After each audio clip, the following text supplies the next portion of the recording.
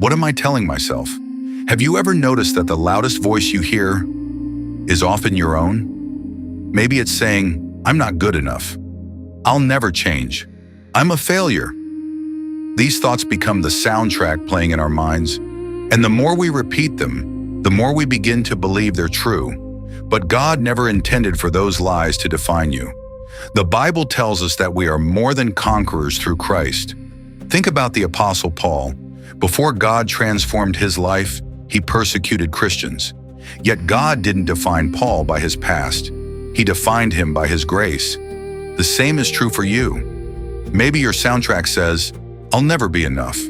But God's truth says, you are deeply loved. Maybe your soundtrack says, I can't do this.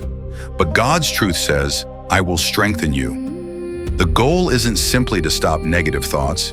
It's to replace them with God's truth, and then repeat that truth until it becomes louder than the lie. Because whatever you repeat, you eventually believe. So today, listen carefully. What soundtrack is playing in your mind? And more importantly, what does God say instead? Choose His voice, repeat His promises, and let His truth become the soundtrack of your life. Let me pray for you. It's in the next video. Stay with me.